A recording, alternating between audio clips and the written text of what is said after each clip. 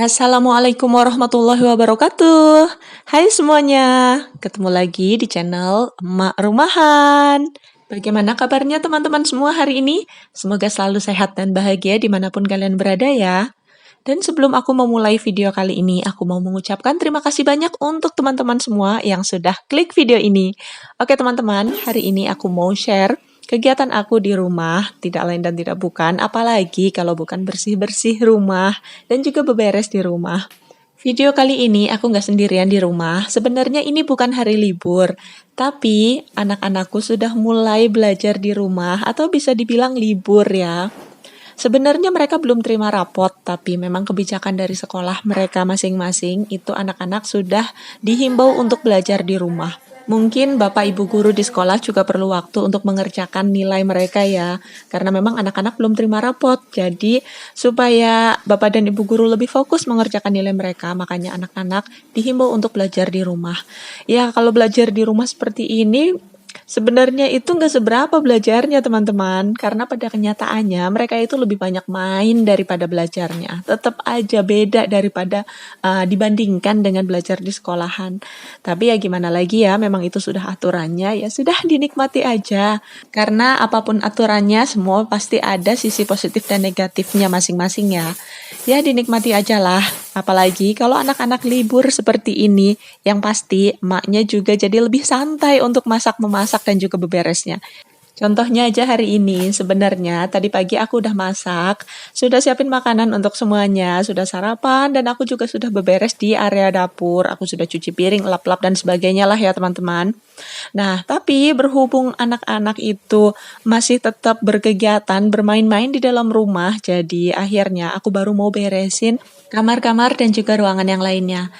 Alhamdulillah untuk kamarku sekarang sudah sedikit lebih rapi daripada sebelumnya. Karena tadi kalian lihat kan di sini udah seperti habis perang ya.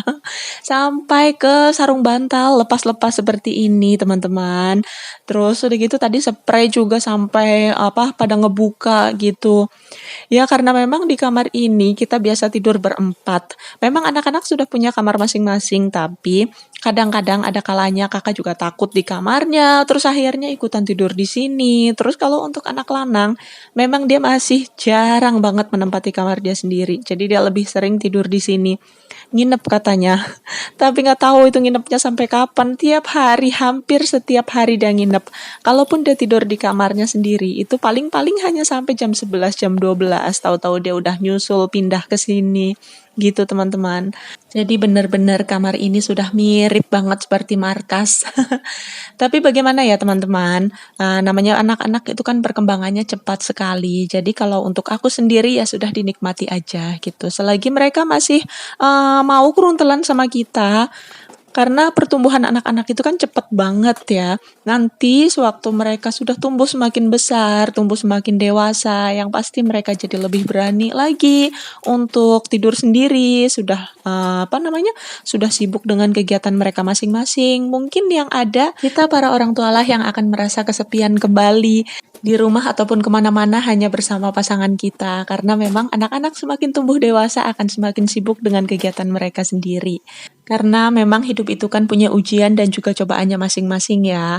Dan untuk aku yang sudah, alhamdulillah sudah dikaruniai anak-anak yang soleh dan soleha, insya Allah inilah cobaan dan juga ujian aku menghadapi mereka. Dan untuk teman-teman yang masih memperjuangkan garis dua atau pejuang garis dua, dimanapun kalian berada, baik yang aku kenal maupun yang tidak aku kenal, aku doakan semoga Allah Subhanahu wa Ta'ala segera menitipkan amanah terindah dan segera diberikan momongan yang soleh dan soleha sesuai dengan apa yang kalian impi-impikan. Amin. Tetap semangat, tetap berusaha, dan jangan pernah berkecil hati. Tetap berprasangka baik pada Allah dan yakin waktunya akan tiba di saat yang tepat. Oke, sekarang kamarku sudah rapi. Aku mau lanjut lagi untuk merapikan kamar anak lanang.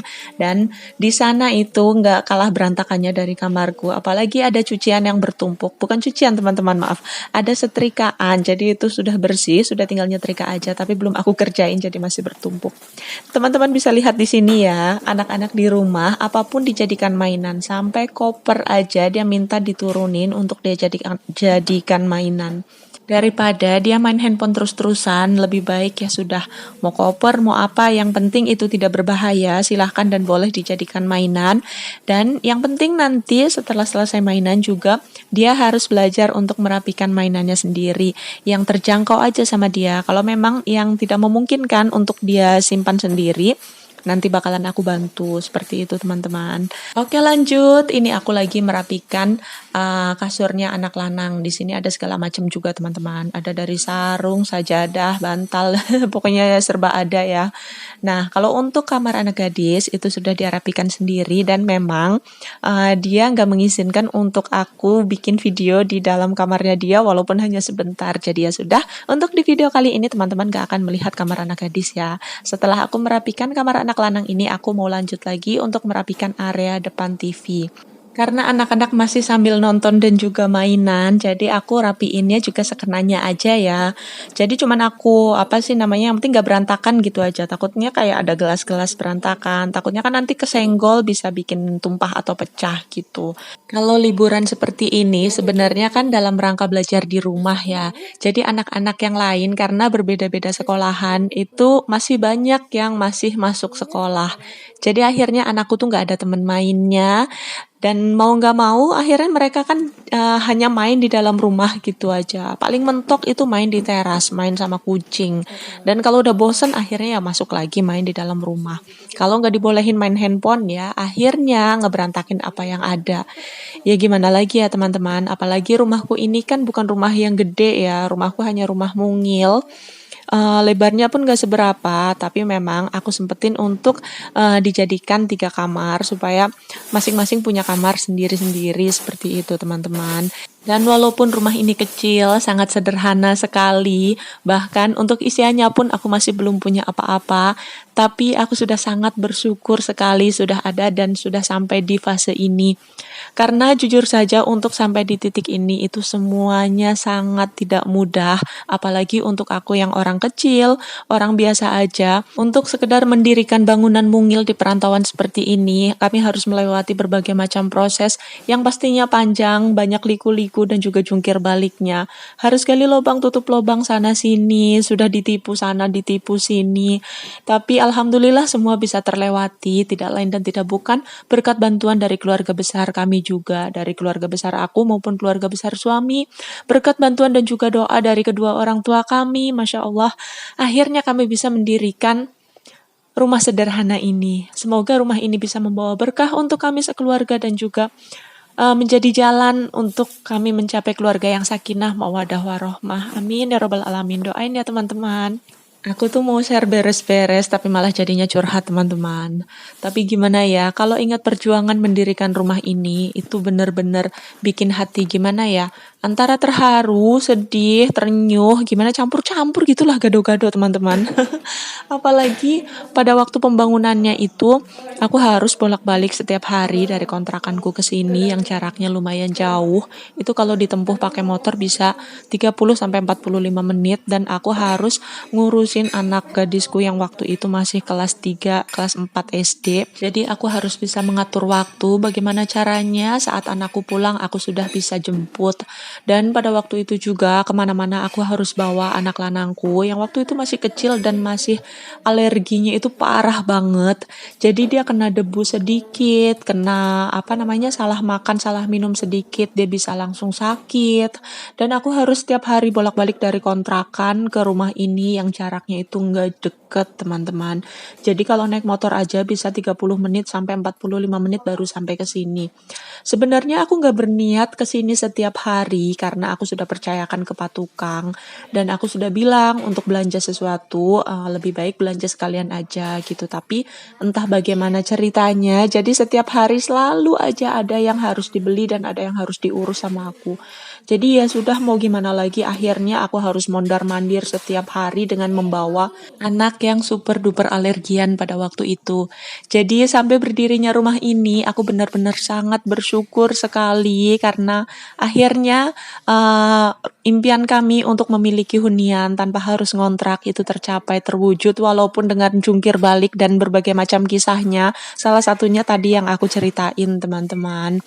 Kalau untuk desain rumah ini, karena memang aku dan suami tidak punya pengalaman apa-apa, jadi akhirnya kami melihat-lihat dari contoh-contoh yang ada di YouTube, yang ada di Google, seperti itu aja teman-teman. Jadi bisa dibilang untuk tampak depan dari rumah ini sebenarnya itu tidak sesuai dengan apa yang kami inginkan. Karena pada waktu pembangunannya terjadi sedikit miskomunikasi antara kami dan juga patukang-patukang yang bekerja.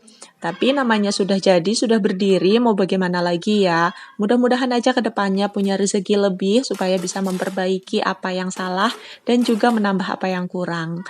Dan kalau aku ditanya, ruangan mana yang menjadi favoritku di rumah ini? Aku akan jawab semua ruangan di rumah ini adalah favorit aku. Karena semua punya fungsinya masing-masing. Apalagi rumahku ini kan mungil ya. Dan aku adalah ibu-ibu yang tipenya adalah mak-mak rumahan. Jadi sebagian besar waktuku aku habiskan untuk berkegiatan di dalam rumah. Dan masing-masing ruangannya aku pakai untuk kepentingan yang berbeda-beda ya. Jadi menyesuaikan aja. Contohnya kayak misalnya aku mau dubbing untuk bikin video YouTube. Nah, itu aku selalu ada di kamar kakak. Karena memang di kamar kakak adalah kamar yang paling sepi, kamar yang paling terhindar dari suara-suara dari luar. Jadi enak gitu untuk dubbing. Dan kalau misalnya untuk kayak nyetrika atau mungkin aku mau santai-santai mau tulis-tulis gitu, aku lebih suka di kamar anak lanang karena di sana lebih terang, terus udah gitu ruangannya pun lebih luas, jadi berasa lebih enak gitu aja. Kalau untuk kamarku, pastinya itu adalah tempat untuk kami quality time bareng sama keluarga. Kalau dapur, nggak usah ditanya lagi ya teman-teman, karena sebagai emak-emak yang setiap harinya ada di rumah, sudah pasti dapur itu udah seperti kantor. Jadi semua kegiatan itu pasti berhubungan dengan dapur, dan setelah dari dapur, kita pasti juga menggunakan area di ruang tengah ini. Jadi ini ruang keluarga, ruang tamu, ruang makan, ruang serbaguna. Dan kalau sudah ada di depan TV itu, kita sudah bisa melihat ke arah halaman dan juga bisa melihat ke arah ruang terbuka. Jadi untuk dapur pun kelihatan dari sini gitu teman-teman. Jadi aku lumayan bingung kalau ditanya tempat atau kamar favoritnya di mana. Ya pasti bakalan aku tanya untuk dalam hal apa nih, kegiatan apa nih gitu. Baru aku bisa kasih tahu ruangan favoritku yang mana. Kembali lagi mengingat keadaan rumahku yang memang mungil, jadi dengan adanya ruang terbuka yang ada di dalam rumah ini, itu seperti angin segar buat aku gitu. Karena dengan adanya ruang terbuka itu, aku bisa melihat langit walaupun ada di dalam rumah. Ditambah lagi di sana aku kasih tanaman-tanaman hijau supaya agak-agak ada pemandangannya lah gitu ya teman-teman. Dan kalau aku lagi masak, kadang-kadang kan kita nungguin masakan mateng gitu. Aku sambil duduk-duduk di dekat apa namanya? Dekat besi yang putih itu. Nah, itu kan besinya benar-benar terhubung ke ruang terbuka tanpa adanya kaca atau apapun ya. Benar-benar terbuka begitu aja. Jadi kalau di luar sedang ada angin ataupun hujan, di situ bisa kemasukan air. Dan kalau pas angin, itu angin juga bisa masuk sepoi-sepoi. Pokoknya enak banget, Masya Allah. Dari tadi cerita-cerita, ternyata tidak terasa sekarang sudah sampai di penghujung video. Jadi sudah dulu curhat-curhatnya ya teman-teman. Lain kali kita sambung lagi. Dan sebelum aku tutup video ini, aku mau mengucapkan terima kasih banyak untuk teman-teman semua yang sudah selalu setia menonton videoku, sudah selalu support channel aku, baik itu melalui like, comment, subscribe, ataupun membagikan video aku di tab komunitas kalian. Untuk teman-teman yang barangkali baru menemukan channel aku, atau baru menonton video aku ucapkan selamat datang, semoga kalian suka. Dan kalau kalian suka, jangan lupa untuk tekan subscribe dan juga loncengnya supaya kalian tahu kalau aku upload video terbaru. Oke teman-teman, jadi sampai di sini dulu video kita. See you next video. Wassalamualaikum warahmatullahi wabarakatuh.